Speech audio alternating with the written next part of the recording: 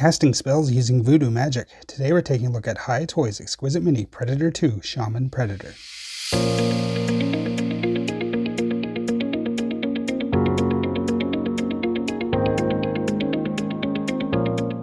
Welcome back. So the Shaman Predator looks like a really interesting one. Some different coloring for him and some unique accessories there.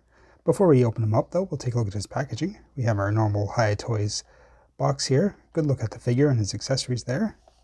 Predator 2 on the side. On the back, just some legal information and some pictures of the figure.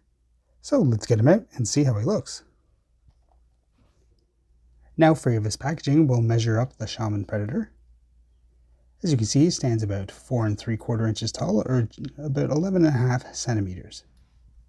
As for accessories, we of course get our Hiya Toys stand here, done in the muddy texture. We do have the peg here that the figure can stand on, and there are slots all along the side of the base here. Using one of these clips, you just clip it into any of the sides, and you can attach it to another base to form a diorama. As for hands, we do get a splayed open right hand and a relaxed left hand. We also get the collapsed version of the combi stick, as well as a spear unique to this guy. He doesn't have any wrist gauntlets. He's instead chosen to add them to his spear here. Really neat idea. Mixes things up. Lots of bones and everything on it. A couple of different paint colors to really bring out the detail. Nice. And last but not least, we get the xenomorph skull. Really cool seeing this in the movie. I wasn't aware of the Alien vs. Predator comic at the time, so it was a big surprise to see a xenomorph skull in a Predator movie. Taking a closer look at the Shaman Predator, I really like the way this guy looks. Great colors on him. This greenish yellow almost reminds me of like a glow-in-the-dark color. Unfortunately, he doesn't glow in the dark, but it's really cool. There's lots of great speckling in that on his head.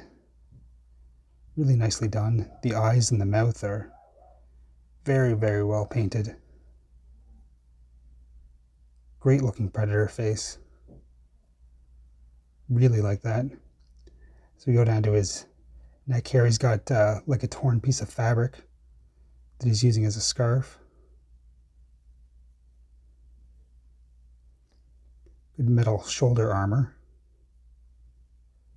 As we move down, a different glossy black on his arm here to kind of differentiate it, make it look like some kind of leather or something like that. Bigger shoulder armor on this side. No plasma cast or anything like that. And he doesn't have his computer either. Kind of rubber loincloth here. You can see that there are different little pouches around there. On this side, you can see he has his disc stored. It's not removable or anything, it's just sculpted in there, but that's a nice little touch there.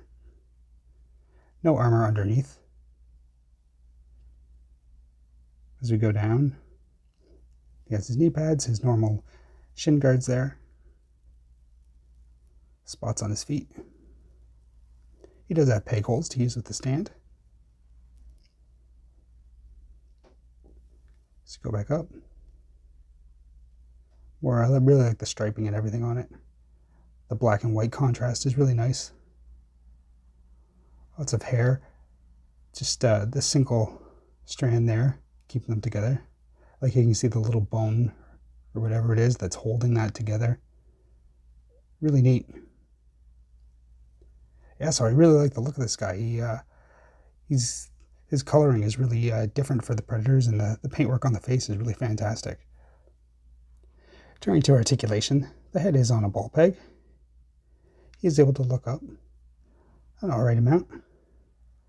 He has really good look down ability. Just go side to side, and of course can rotate all the way around. Just move the hair out of the way. Shoulder is about to raise that high. You might be able to go a little bit higher, but I don't want to force it.